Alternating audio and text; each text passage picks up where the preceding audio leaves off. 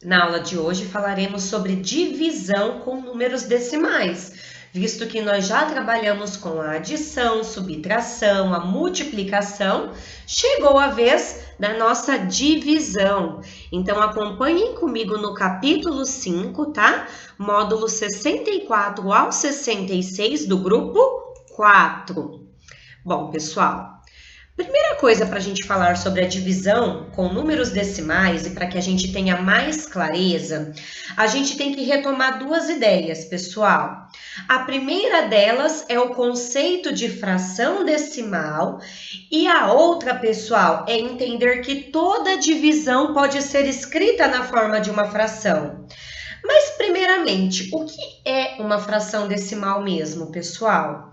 A fração decimal é aquela cujo denominador ele é uma potência de base 10. Mas o que é potência de base 10, Mariana? 10 elevado a 1, 10. 10 elevado a 2, 100. 10 elevado a 3 é 1000. Então, qualquer que seja o denominador, ou 10, ou 100, ou 1000, ou 10.000, significa que esta fração é uma fração decimal. Mas por que, pessoal, que a gente tem que retomar essas duas ideias? Porque quando a gente trabalha com frações decimais, a gente tem uma regrinha prática para a divisão dessas frações. Eu sei que 3 décimos é o mesmo que 3 dividido por 10, e quando eu divido por 10, significa que eu vou ter uma casa apenas após a vírgula. Lembra que a leitura correta é 3 décimos, vejam bem. 3 décimos. Então, isso facilita os nossos cálculos, ó. 47 centésimos negativos, então 47 dividido por 100, vou ler com vírgula, tá bom? Fica 0,47 negativo. O mesmo para quando o denominador é 1000, ó. Se o numerador era 2548 e o denominador 1000, significa que este número agora, quando eu dividir, ele vai ter que ter 3 casas decimais. Então, vai ficar 2,548. Nossa, Mariana, muito fácil divisão, né? Só que sempre, pessoal, eu vou dividir por 10? Não. Quando eu não tiver uma fração cujo denominador é 10, que significa que eu estou dividindo um número por 10 ou qualquer potência de base 10, eu posso pensar nas frações equivalentes. Então, por exemplo, ó, 1/4. 1/4 a base não é 10. Eu não consigo nenhum número inteiro também que eu multiplique por 4 para dar 10. Só que se eu multiplico por 25, eu obtenho o 100. Faço o mesmo com o numerador para manter a equivalência. Então, 25 centésimos é o mesmo que 0,25. O que isso significa, gente? Que 1 dividido por 4 resulta em 25 centésimos. Da mesma forma aqui, ó, se o denominador é 5, eu não preciso partir lá para o 100. Eu posso pensar 5 vezes quanto dá 10? É vezes 2. Multiplico o numerador também, resultado final, 14 décimos. Então, vai ter uma casa após a vírgula, é 1,4. Aqui também, pessoal, do mesmo jeito que eu multiplico por um número para obter uma fração que tenha denominador de potência de base 10, eu posso também dividir para obter uma fração equivalente, ó. Se o meu denominador era 200 e eu consigo dividir o numerador também por 2, eu posso simplificar, ó. Obtive 3 centésimos, escrevendo na forma decimal 0,03. Nossa, tá lindo, Mariana, perfeito. Mas e o que vou fazer agora com as frações que eu não conseguir obter um número inteiro para transformar o denominador em uma potência de base 10? E outra, eu vou ficar toda a divisão trabalhando com fração equivalente? Não, a gente tem uma regra para dividir número decimal.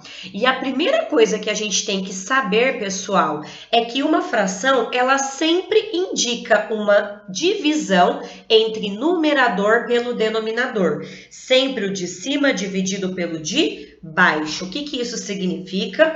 Que o denominador, ele sempre estará na chave, independente dele ser maior ou menor que o numerador. Belezinha, galera? Então, vamos fazer na prática agora, né? Vamos acompanhar o passo a passo dessas regrinhas, pessoal.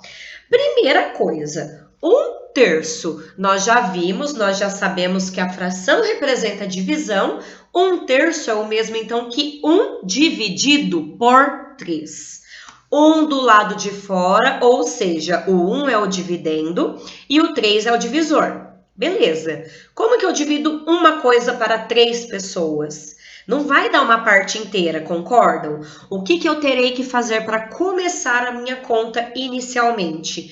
Colocar um 0 e uma vírgula embaixo da chave, para eu poder começar o meu cálculo, tá bom? Porque eu já sei que o resultado não vai passar de 1 inteiro, ok? Segundo passo, além de pôr o 0 na chave, eu tenho que acrescentar um 0 também no nosso dividendo. Então, eu transformo um inteiro em 10 décimos, tá bom? Então, acrescento o 0 no dividendo e o 0 no quociente, 0, no quociente. A partir daí, pessoal, eu já organizei. Eu começo a minha divisão agora, como se fosse 10 dividido por 3. Não tem 10 na tabuada do 3, o mais próximo vai ser 3 vezes 3, que é 9. Sobrou 1. O que eu faço com esse 1 que sobrou, pessoal? Eu acrescento um 0 novamente ao lado do 1 e eu continuo a conta. A vírgula ela aparece uma vez em um número, viu? Eu não vou ficar colocando vírgula, ok? Então, este 0 aqui, ó, ele fica dessa forma e eu vou continuar sem mexer no quociente. Então, penso, 10 dividido por 3 não tem, o mais próximo é 3. E 3 vezes 3 é 9, sobrou 1. Observem repetição de números. Sabe por que isso acontece? Porque essa nossa resposta, ela é uma dízima periódica. E a dízima periódica, ela não é um decimal exato. Vai ficar infinitamente sobrando 1 e acrescentando 3 no quociente. Eu preciso fazer infinitamente a conta? Não. A gente pode demonstrar que é uma dízima periódica apenas colocando reticências ao final de uma sequência. Ou eu posso colocar um tracinho, pessoal, em cima do 3, ok? Porque aí esse tracinho em cima do 3, ele vai indicar que o número que está se repetindo é o número 3. Fácil, né, galerinha? Divisão? Tranquilo? Então, aqui está o passo a passo, tá bom? Vamos ver agora se, na verdade, eu não tenho um número inteiro, pessoal, para dividir. Se eu já tenho um número decimal para dividir por outro número. O que a gente tem que fazer, galerinha, é organizar as casas decimais. Acompanhem esse exemplo aqui comigo, ó. Se eu tenho que dividir 3,4 por 2... Primeira coisa, eu tenho que igualar as casas decimais. O que é igualar? Se eu tenho uma casa aqui depois da vírgula, eu tenho que pôr uma vírgula e acrescentar um 0 aqui também, para que fique igual. Então, ó, copiei o 3,4, coloquei o 2,0. A partir do momento que eu igualei as casas decimais, eu esqueço a vírgula. Então, agora é como se eu estivesse fazendo 34 dividido por 20. Vamos fazer essa divisão? 20 vezes 1 é 20, sobra 14. Como este 14 ele é menor que o nosso divisor, que é 20, eu acrescento um 0. A partir do momento que eu tive que adicionar um 0, eu coloco a vírgula no meu quociente. Beleza? Fiz essa etapa, continuo o cálculo. Então, é 140 dividido por 20, que dá 7.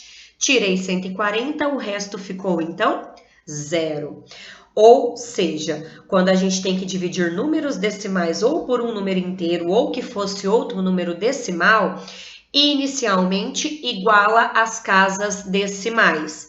Depois, esquece a vírgula e começa o cálculo normalmente. Vamos acompanhar mais dois exemplos, ó.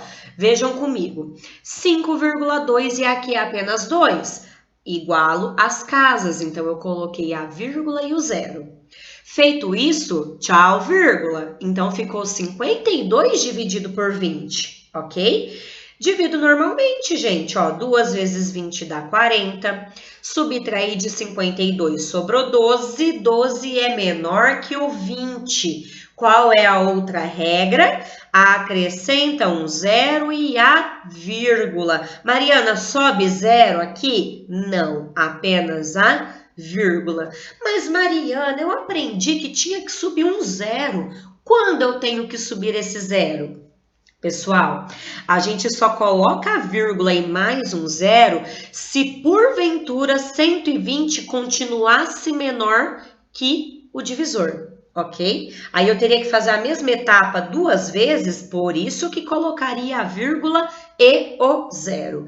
Neste exemplo aqui não ocorreu isso, tá bom? Então, coloquei apenas o zero e a vírgula, continua a conta normalmente, ó. 6 vezes 20 é 120, resto zero. Vejam aqui, pessoal, agora são dois números com vírgula. Do mesmo jeito que eu igualo para o divisor, eu tenho que igualar para o dividendo também. Não tem apenas o 5 aqui, pessoal? E aqui eu tenho dois números após a vírgula. Acrescento zero para igualar as casas decimais. Feito isso, tchau, vírgula. Tchau, vírgula ficou 250 dividido por 5. Então, percebam que quando a gente organiza a vírgula, a gente volta a trabalhar com números inteiros, ok? Ora, preciso pôr o zero e a vírgula antes, ora, coloco apenas a vírgula. Isso a gente vai agora verificando de acordo com a prática. Então, a gente tem que praticar a divisão. Beleza, pessoal? Bom, para a gente praticar, vamos ver então quais são os passo a passos que eu falei durante a explicação. Ó, primeiro passo, iguala-se o número de casas decimais com o algarismo zero, certo? Ah, Mariana, é 2,5 dividido por 0,5. Precisa igualar? Não, eu já tenho uma casa só depois da vírgula, ok? Para cada um. Mas caso necessário, igualar. E depois que eu igualei, o que eu faço mesmo? Tchau, vírgula, elimina a vírgula. E aí a gente faz a divisão da mesma forma como fazemos com os números inteiros, ok? Então, quando a gente utiliza esse método, pessoal, não é necessário mudar o quociente, ficar procurando potências de base 10 e trabalhar com fração equivalente, igual eu mostrei no início da aula. Aquela é uma opção, mas ela não é uma opção que a gente consegue resolver com facilidade para qualquer que seja a fração. Pensa no denominador 7, fazer o 7 virar uma potência de base 10. Teria que multiplicar por um número decimal, ou seja, o que a gente tenta facilitar vai acabar piorando, ok? Então, é importantíssimo que aprendemos este cálculo, esta maneira de resolver a divisão, ok? Então, memorizem esses 3 passos para vocês poderem fazer as atividades, combinado, pessoal? Mariana, mas e se eu tenho que dividir número positivo com um número negativo? Gente, agora para a gente não esquecer mais das regras de sinal. Lembra que eu falei para vocês que na multiplicação e na divisão a regra é a mesma, por isso que eu mantive aqui a multiplicação, porque ela é válida para a divisão também, tá bom? Vamos pensar assim, ó. Nós já sabemos que sinais iguais, resultado é positivo. Sinais diferentes, sabemos que o resultado é negativo. Mas vamos aprender um macete para não esquecer mais da regrinha, pessoal? Vamos chamar o sinal de mais de amigo e o sinal de menos de inimigo. Ô, gente, amigo do meu amigo vai ser o quê? Meu amigo. Agora, amigo do meu inimigo? É meu inimigo também, não é? Inimigo do meu amigo é meu inimigo também. E inimigo do meu inimigo, gente, vai acabar virando o quê? Meu amigo, não é? Se ele não gosta também de quem eu não gosto, ele vai virar meu amigo. Então, aqui é um macete para vocês não esquecerem da regrinha. Belezinha, pessoal?